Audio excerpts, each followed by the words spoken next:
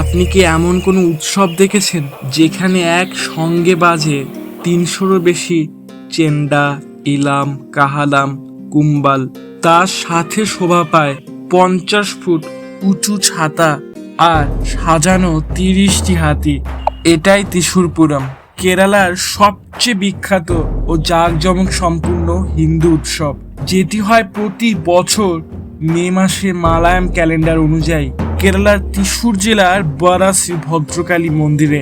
এটি মূলত ভগবান শিবকে উৎসর্গকৃত এক রাজকীয় আয়োজন, যেখানে মুখোমুখি হয় দুটি শিব মন্দির, পারাম্মে কাব্বু ও তিরুবাম্বারি। দুই দল হাতি সোনার অলঙ্কারে সজ্জিত হয়ে একে অপরকে সম্মান জানায়। এর সাথে চলে পঞ্চবাদ্যম, তবলা, শঙ্খ আর ঢাক, আর করতালে তালে তালে কাঁপে আকাশ। রাতে হয় বিদ্যুৎ চমকানো ফায়ার ওয়ার্কস, যেটা এতটাই বিস্ময়কর যে হাজার হাজার পর্যটক শুধু এটাই দেখতে আসেন। ত্রিশূরপুরমের সূচনা করেন মহারাজা শাক্তান তাম্পুরান ১৮০০ শতকে, যেখানে তিনি কেরালার কোচিন রাজ্যের শাসক ছিলেন।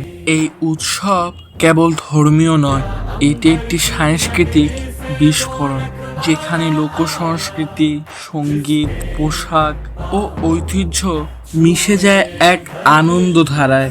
ত্রিশূরপুরম আমাদের শেখায় ঐতিহ্য শুধু পালন নয়, তা এক উদযাপন।